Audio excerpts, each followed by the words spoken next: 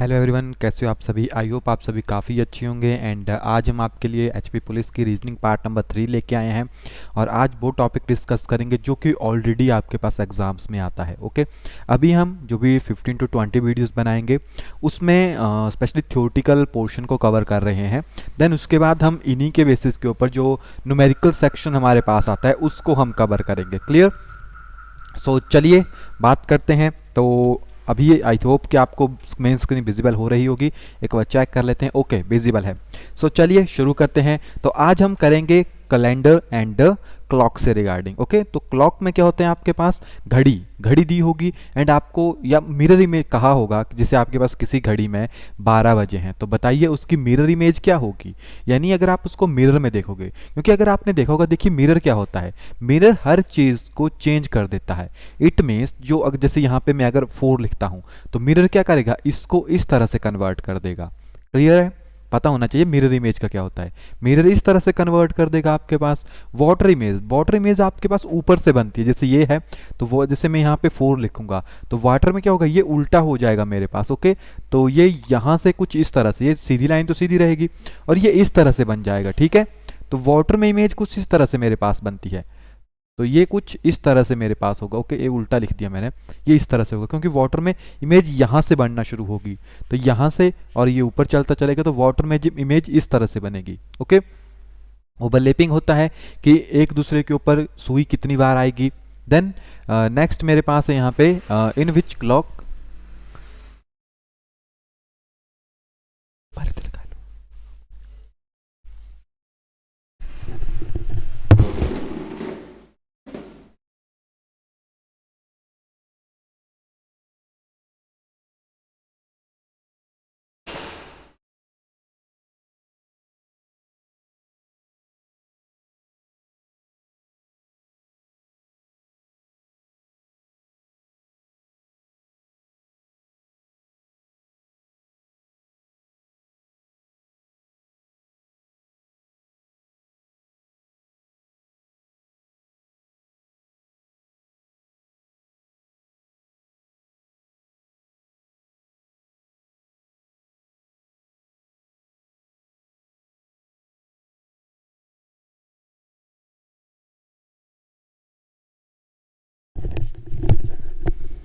Sorry थोड़ा सा बीच में एरर आ गया था। ओके, तो हम बात कर रहे थे मिरर इमेज ओवरलैपिंग की एंड। तो ये दो कंसेप्ट इतने ज़्यादा नहीं है, यहाँ से भी रीजनिंग आने की पॉसिबिलिटी कम है, यहाँ से आ सकता है। ये कैलेंडर से तो 100% है कि एक क्वेश्चन हमारे पास आपको देखने को मिलेगा। ओके, कैलेंडर का क्वेश्चन पक्का आता है एग्जाम में। मिरर इमेज में कैसे करेंगे क्वेश्चन, ये बाद में हम देखेंगे, सिर्फ अभी फॉर्मूले हैं आपके पास। ओके, जैसे मान लीजिए आपके पास कोई मिरर इमेज है, किस चीज़ की बनानी है, मान लीजिए आपके पास बजे हैं यहाँ पे 1 बज के 10 मिनट आपके पास हुए हैं। आपको बताना है कि इसकी मिरर इमेज क्या होगी। अब देखिए घड़ी बनाता हूं मैं अगर आपके सामने, तो 1 बज के 10 मिनट कहाँ पे होंगे। अगर मेरे पास इस तरह से कोई वॉच है इस तरह से, तो आपके पास यहाँ पे 12 होगा, यहाँ पे 1 2 3 4 5 6 7 8 9 10 11 और 12। मेरे पास 1 बज के, यानी दूसरी सुई क्या होगी, थोड़ी सी यहीं पे होगी जो छोटे वाली सुई है, और जो बड़े वाली सुई है वो यहाँ पे होगी। इसको कलर चेंज कर देते हैं, ये बड़े वाली सुई आ गई। ओके, ये मेरे पास आ गई 10 मिनट शो कर रही है। जब इसकी मिरर इमेज बनेगी तो क्या होगा, देखिए जब मिरर इमेज बनती है तो ये उल्टी हो जाती है, सारी चीज़ें उल्टी हो जाएगी। यहाँ पे 12 1 2 और ये इस तरफ को मूव करेगी। अब ये कहाँ को आएगा, क्या ये जो है ये 10 के ऊपर आएगी सुई, और क्या ये आपके पास 11 के ऊपर आएगी, कहाँ से पता लगेगा, इस फॉर्मूले से। आपको क्या करना है, सिर्फ जब भी आपके पास को देखिए मेरे पास क्या है 1 बज के 10 मिनट, इसको मैं डालूंगा रियल टाइम में। 1 बज के 10 मिनट को मैं यहाँ पे डालूंगा आपके पास। ठीक है, 1 बज के 10 मिनट के ऊपर, तो मेरे पास क्या आएगा 11.6 एंड इसको माइनस कर दूंगा 1 10 के साथ। जब मैं इसको माइनस करूंगा तो मेरे पास क्या होगा, ये 0 ये 5 और ये मेरे पास 10, यानी उस टाइम 10 बज के 50 मिनट होंगे। तो ठीक आ गया ना, देखिए यहाँ पे छोटी सुई होगी, सॉरी 10 के ऊपर ही होगी और दूसरी भी 10 के ऊपर होगी। मैं क्या कर रहा था, 1 से 11 के ऊपर लेके जा रहा था, लेकिन मेरे पास क्या आंसर बनेगा यहाँ पे 10 बज के 50 मिनट। क्लियर। यानी घड़ी यहाँ जैसे होगी सुई, तो इस तरह से अगर आपको कभी भी मिरर इमेज से रिलेटेड फॉर्मूलेज आए तो देखिए मिरर इमेज तो डायरेक्ट फार्मूला है, इस फार्मूले से डायरेक्टली आपके पास क्वेश्चन हो जाएगा मिरर इमेज का। ठीक है, इसके बाद आता है वाटर इमेज। वाटर इमेज में किस तरह से क्वेश्चन बनते हैं? वाटर इमेज में क्या होगा, अगर मान लीजिए मेरे पास घड़ी की बात है, ये सिर्फ ओके घड़ी की बात करें, टाइम की, पर्सन खड़ा होगा तो उसकी इमेज अलग है, लेकिन घड़ी में जैसे मान लीजिए मेरे पास 9:30 हुए हैं यहाँ पे। ठीक है, चलिए पूरा 30 तो नहीं होता, मान लीजिए 9:20 हुए हैं मेरे पास। अब जब 9:20 होंगे तो मुझे कैसे पता लगेगा कि इसकी वाटर इमेज कितनी होगी? अब घड़ी किस तरह से होगी, इस तरह से मेरे पास घड़ी बनी होगी, यानी 12, यहाँ पे 11, यहाँ पे 10, यहाँ पे 9, ओके, और यहाँ से 1 2 3 3 4 5 6 7 8, यही है मेरे पास। अब किस तरह से होगी आपके पास, ये रहा यहाँ पे 9 बज के कितने 20 मिनट है, इस तरह से घड़ी होगी। ठीक है, किस तरह से मेरे पास 9 बज के 20 मिनट, यानी एक यहाँ पे एक यहाँ पे मेरे पास है, 1 मिनट, ओके। ठीक है, अब इसकी वाटर इमेज बनती है इस तरह से नीचे, तो घड़ी तो इस तरह से आएगी, तो ये यहाँ पे होगा मेरे पास जो 6 है, ये 5 मेरे पास यहाँ पे होगा, 4 मेरे पास यहाँ पे होगा, 3 एंड 2 1 एंड 12 यहाँ पे आएगा, देन यहाँ पे 11, यहाँ पे 10, यहाँ पे 9 8 7, इस तरह से उल्टा चलता है। देखो ये तो यहाँ से तो पता लगा पाना मुश्किल है ना, टाइम लगेगा। मेरे पास डायरेक्ट फार्मूला है 18 पॉइंट, यानी 18:30 और रियल टाइम। ठीक है, 18:30 और रियल टाइम।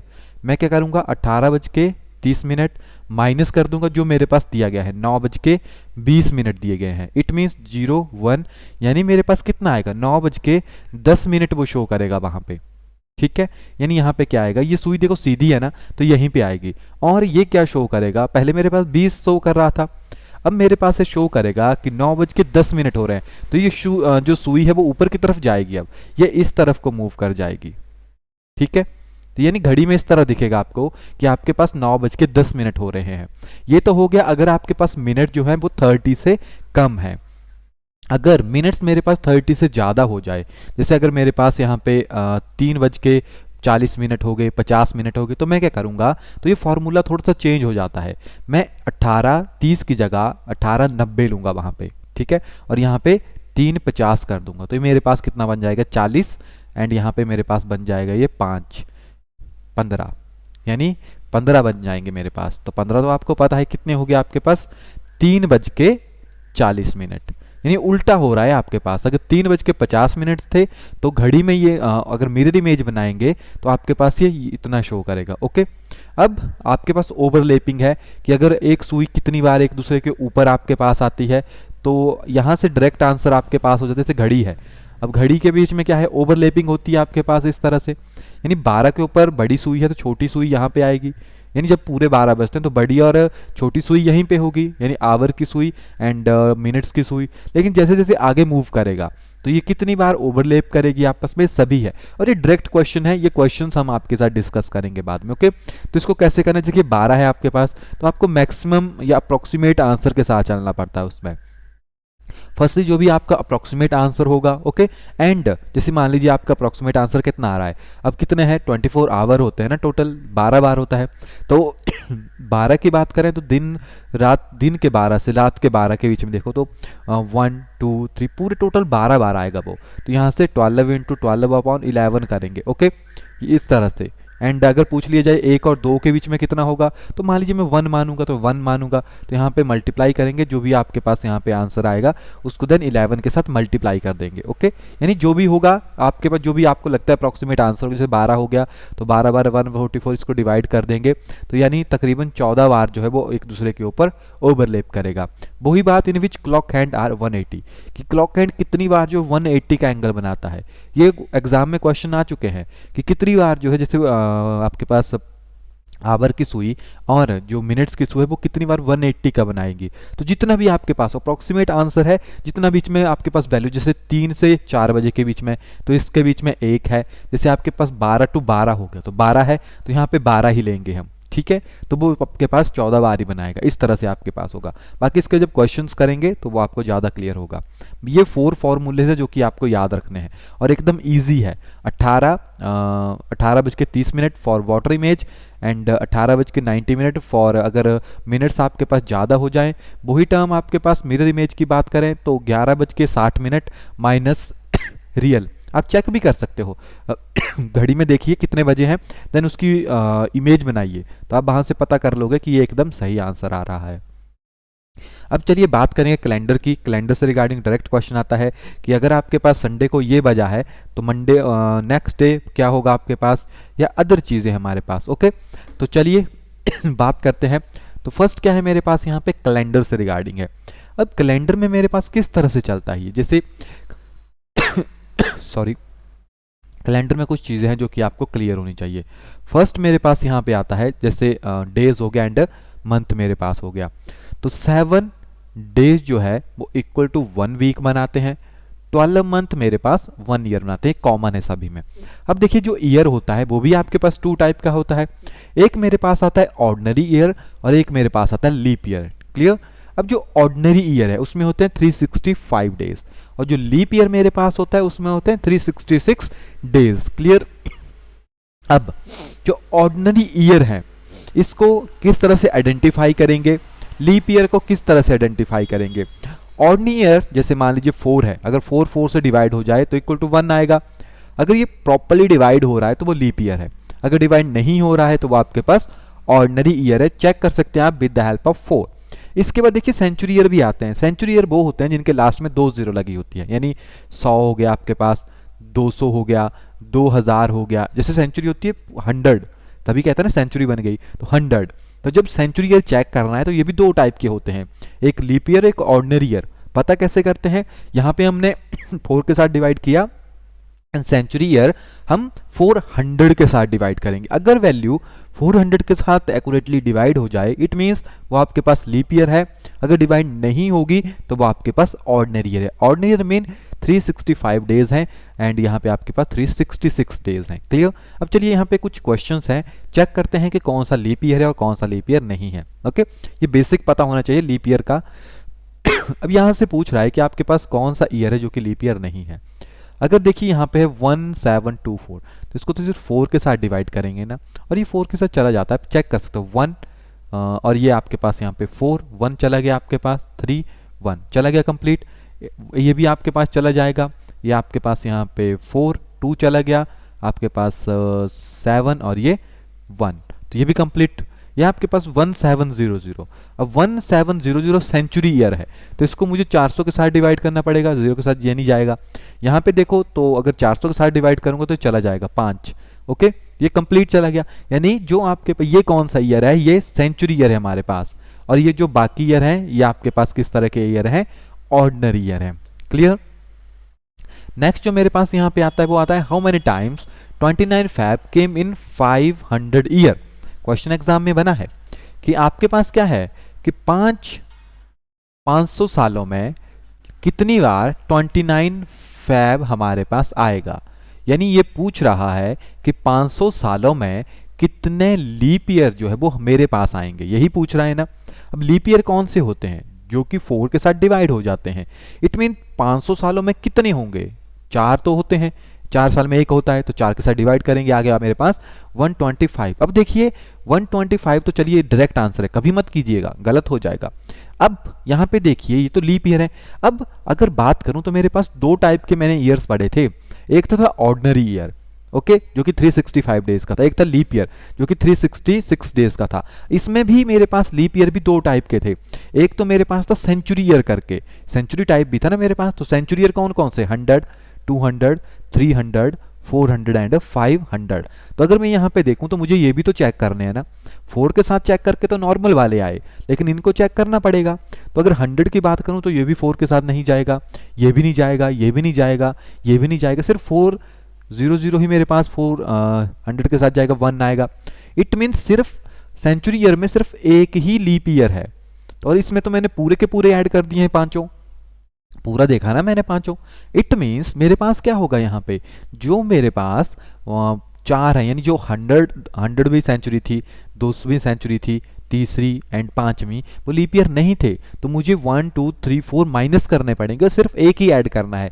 इसलिए मैं क्या करूंगा, 125 कंप्लीट थे माइनस 4 सेंचुरीज जो कि मेरे पास लीप ईयर नहीं थी, तो 121 जो है यहाँ पे 29 फैब मेरे पास आएंगे। ठीक है, तो ये तो चलो सेंचुरी से रिगार्डिंग हो गया, ऐसे क्वेश्चन एग्जाम में बनते हैं। पहले कॉन्सेप्ट समझिए, बाकी आपको चीजें समझ आ जाएगी। इसके बाद मेरे पास आता है ऑड डेज, कि कितने नंबर ऑफ ऑड डेज, ये कॉन्सेप्ट है। ऑड डे से आप निकाल सकते हैं कि आपके पास डे कौन सा है, यानी आप संडे मंडे ट्यूसडे जो भी है वो आप वहां से कैलकुलेट कर सकते हैं ऑड डे से। ऑड डे होते हैं आपके पास, जैसे मान लीजिए एक वीक कितने के बराबर होता है, 7 डेज के बराबर होते हैं हमारे पास 1 वीक। ठीक है, 1 वीक किसके बराबर होता है, 7 डेज के बराबर होता है 1 वीक। क्लियर।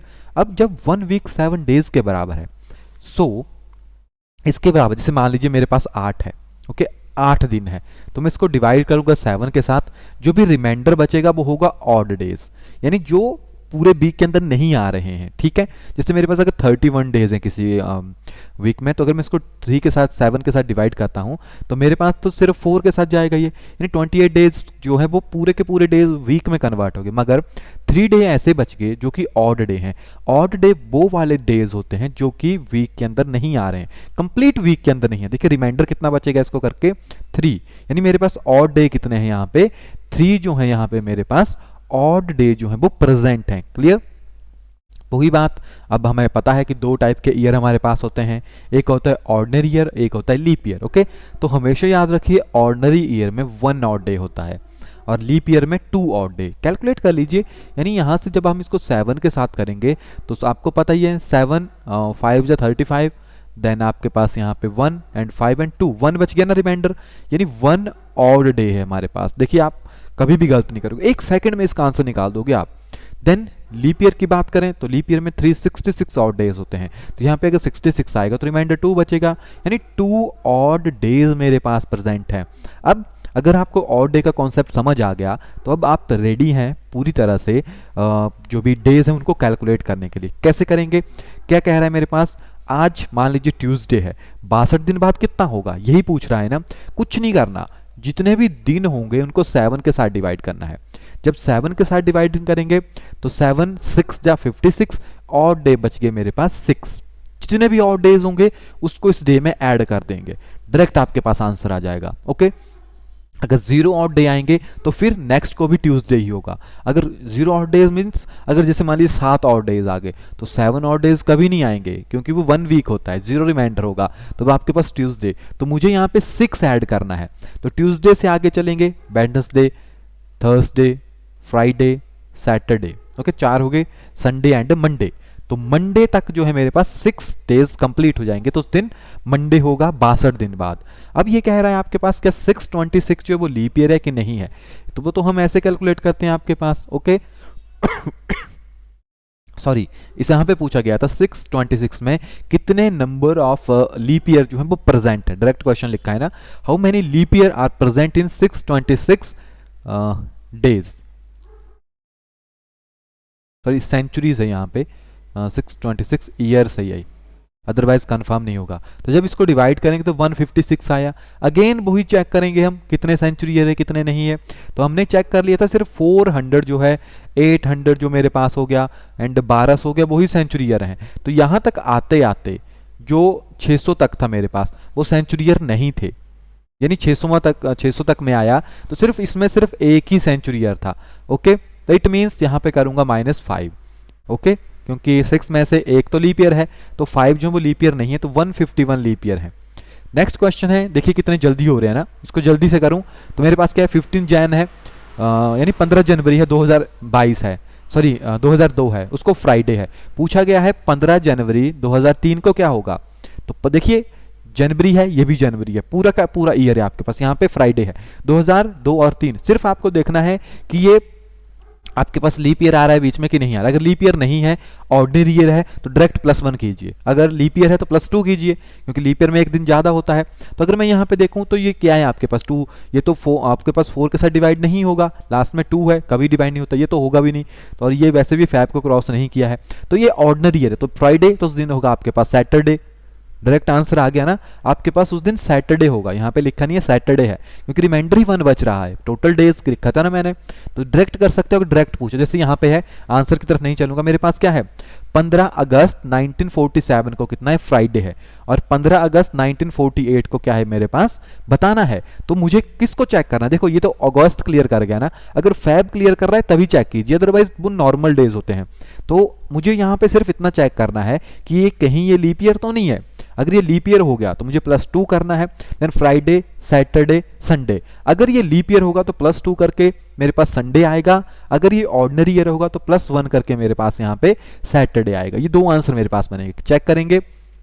मेरे पास यहाँ पे आ गया 4, 3 यहाँ पे चला गया, मेरे पास आ गया 32 एंड 2 आगे चले गए 8। यस, ये तो लीप ईयर है, इट मीन +2 होगा, तो उस दिन मेरे पास क्या होगा, फ्राइडे, सैटरडे, संडे, उस दिन मेरे पास संडे होगा। क्लियर, तो ये देखिए आंसर सही है हमारे पास, संडे। नेक्स्ट मैं चेक करता हूं, मेरे पास है 15 फैब 2013 और पूछा गया है 15 फैब 2019 तक क्या होगा। अब देखिए पूरे ईयर है ना, तो देखिए 15 फैब से 15 फैब 2019 तक, तो देखिए 13 है, 13 हो गया, 14 हो गया, 15, 16, 17, 18, 19 ऐसे लिखेंगे फटाफट क्योंकि सीधा है ना आपके पास। अब देखिए यहाँ पे क्या करना है मुझे, अगर ऑड डे है, सॉरी अगर मेरे पास लीप ईयर नहीं है तो +1 होता है, अगर मेरे पास लीप ईयर है तो +2 होता है। तो 2013 तो आपको पता है ये क्या है, लीप ईयर नहीं है, ओके। तो लेकिन यहां से 14 तक जाते हुए +1 होता है, तो यहां से यहां तक हो गया +1, ठीक है। अगर 14 को मैं देखूं 2014, तो अगर मैं यहाँ पे चेक करता हूं तो ये 5 एंड ये तो जाएगा नहीं, तो यहाँ पे भी मेरे पास +1 होगा। नेक्स्ट को देखूंगा तो यहाँ पे भी मेरे पास क्या होगा, +2 हो जाएगा क्योंकि जो 16 है, जब 16 में ऐड करेंगे तो यहाँ पे 2 लीप ईयर काउंट हो जाते हैं, ओके, 2 लीप ईयर हो गए। देन नेक्स्ट की बात करूं तो यहाँ पे +1, नेक्स्ट की बात करूं यहाँ पे +1, यहाँ पे भी +1, यही है ना 1 2 3 4 5 6 7, यानी 7 ऑड डेज मेरे पास आ गए। अब जब 7 ऑड डेज आ रहे हैं तो आपको पता है 7 ऑड डेज होते कितने हैं, 7 और 7 डिवाइडेड बाय 7 ये तो 1 है, यानी 0, कोई और डे यहाँ पे नहीं है। 7 तो एक वीक बना देता है, तो आप यहाँ पे देख सकते हैं कोई और डे आपके पास नहीं है, तो ये थर्सडे है, तो यहाँ पे भी थर्सडे आपके पास होगा। क्लियर, तो इस तरह से हमने चेक करना है कि किसमें कितने और डेज हमारे पास आ रहे हैं, ओके। तो ये एकदम सिंपल है। चलिए कुछ एग्जाम्पल और करते हैं। जैसे मेरे पास यहाँ पे एग्जाम्पल है आपके लिए, जैसे आज मान लीजिए, आज क्या है मेरे पास, यहाँ पे आज मेरे पास डेट है 17 नवंबर 2021 है मेरे पास, ठीक है। मैं बताना है कि नेक्स्ट ईयर 17 नवंबर 2021 को क्या होगा। तो आपको पता है ये भी लीप ईयर नहीं है और ये भी लीप ईयर नहीं है, तो +1 करेंगे। तो अगर आज मेरे पास क्या है, वेडनेसडे है, तो उस दिन मेरे पास थर्सडे होगा, सीधा कर दिया ना मैंने। अगर लीप ईयर होगा तो वेडनेसडे थर्सडे, उस दिन फ्राइडे होगा। अगर लीप ईयर होगा तो, लीप ईयर नहीं है तो यही बात अगर मैं आपके पास देखूं, देखिए ये तो सिंपल है कि अगर 17 नवंबर को मेरे पास कितना है, यहाँ पे 21 को क्या है, वेडनेसडे है। तो चलिए मैं ये देख लेता हूं मेरे पास कि 31 नवंबर को 2021 को क्या होगा मेरे पास। ये भी तो क्वेश्चन बन सकता है ना, जरूरी थोड़ी सेम होगा। तो यहाँ पे 2 करते हैं ताकि बड़ा लंबा हो जाए, ठीक है। अब देखिए 17 to 17 निकाल लीजिए, इजी हो जाएगा ना आपके लिए। 17 to 17 निकाल लीजिए, तो हमने देख लिया कि बीच में लीप ईयर नहीं है, तो जो हमारे पास 17 नवंबर 202 होगा, उस दिन क्या होगा, वेडनेसडे, उस दिन मेरे पास थर्सडे हो जाएगा। ये तो मैंने देख लिया। तो मुझे क्या करना है, अब डिवाइड कर दिया मैंने क्वेश्चन को ताकि ये इजी हो सके, अदरवाइज काफी लंबी कैलकुलेशन होगी। तो 17 को तो ये है, इससे आगे कैलकुलेट कर लूंगा मैं कितने दिन मेरे पास बचेंगे। तो मैं यहाँ पे करूंगा 31 माइनस 17 कर लीजिए, आपके पास कितना बचेगा। यह दिन कैलकुलेट कर लीजिए क्योंकि ये थोड़ा गलत हो जाता है बीच में, तो क्योंकि इससे क्या होता है कि हम दिन को ही माइनस कर देते हैं, तो एक दिन कम आता है आपके पास इस तरह माइनस करके। तो हमें क्या करना है, कैलकुलेट करना है कितने दिन बच गए, 3 और हो गए, 3 20 हो गया और प्लस 11 आपके पास कितने आ गए, ये 14 दिन आ गए। यहाँ से थोड़ा अगर सही आ गया तो इसको आप यूज़ कर सकते हैं। एंड 11 हो गया आपके पास, तो 4 आ गया और यहाँ से 2 था 1। हाँ इस तरह भी ठीक आ रहा है, लेकिन मैंने बीच बीच में किया था तो गलत आ जाता है कभी कभी। तो अब डायरेक्ट कैलकुलेट, 14 दिन हो गए और 7 डिवाइडेड बाई 14 7, तो ये तो पूरा कैंसिल हो गया ना। नो ऑड डेज, कोई ऑड डे नहीं है इसके अंदर क्योंकि रिमाइंडर 0 बचा, तो ऑड डे नहीं है, इट मीन्स उस दिन भी मेरे पास थर्सडे ही होगा। क्लियर, नेक्स्ट भी है ना, तो थर्सडे ही होगा उस अंदर, ठीक है। तो आप इस तरह से इनको कैलकुलेट कर सकते हैं। एक और क्वेश्चन है मेरे पास, जैसे मान लीजिए मेरे पास कोई लीप ईयर को उठाता हूँ, जैसे 2020 है, लीप ईयर है वो। तो मान लीजिए मेरे पास 1 फैब 2019 को मेरे पास क्या है, 1 फैब 2019 को मेरे पास मंडे है। क्या है मेरे पास, मंडे। अगर मैं पूछ रहा हूं आपके पास कि 1 फैब 2020 को क्या होगा। अब एक चीज याद कीजिएगा, जब तक फैब 29 को क्रॉस नहीं करता है तब तक आपको +2 नहीं करना है। अगर आप मैं यहाँ पे कह दूं ना कि यहाँ पे मंडे, तो ये तो लीप ईयर है मेरे पास, तो मंडे ट्यूसडे वेडनेसडे होगा, तो ये क्वेश्चन मेरा गलत हो जाएगा। ये ओके, ये क्वेश्चन मेरा गलत हो जाएगा क्योंकि उस दिन वेडनेसडे नहीं होगा। क्यों नहीं होगा, क्योंकि देखिए अभी तक लीप ईयर क्रॉस ही नहीं हुआ है। लीप ईयर 29 के बाद क्रॉस होगा। अगर 29 क्रॉस कर गया, जैसे मार्च में घुस गए, तब +2 करेंगे, तो यहाँ पे सिर्फ +1 ही होगा। मंडे तो यहाँ पे Tuesday is the right answer. तभी मैंने क्वेश्चन लिया ताकि आपको एग्जाम में है तो आप कंफ्यूजन क्रिएट ना करें, ठीक है। हाँ, तो इसी तरह से आपको ये क्वेश्चंस करने हैं। तो चलिए, इस क्लास में इतना ही है। बाकी आप समझते रहिए चीज़ों को किस तरह से हो रहे हैं। देन बाकी टेस्ट हम जैसे ही क्लासेस ख़त्म होती है उसके बाद हम आपके लिए टेस्ट भी प्रोवाइड करवाएंगे। Okay, thank you.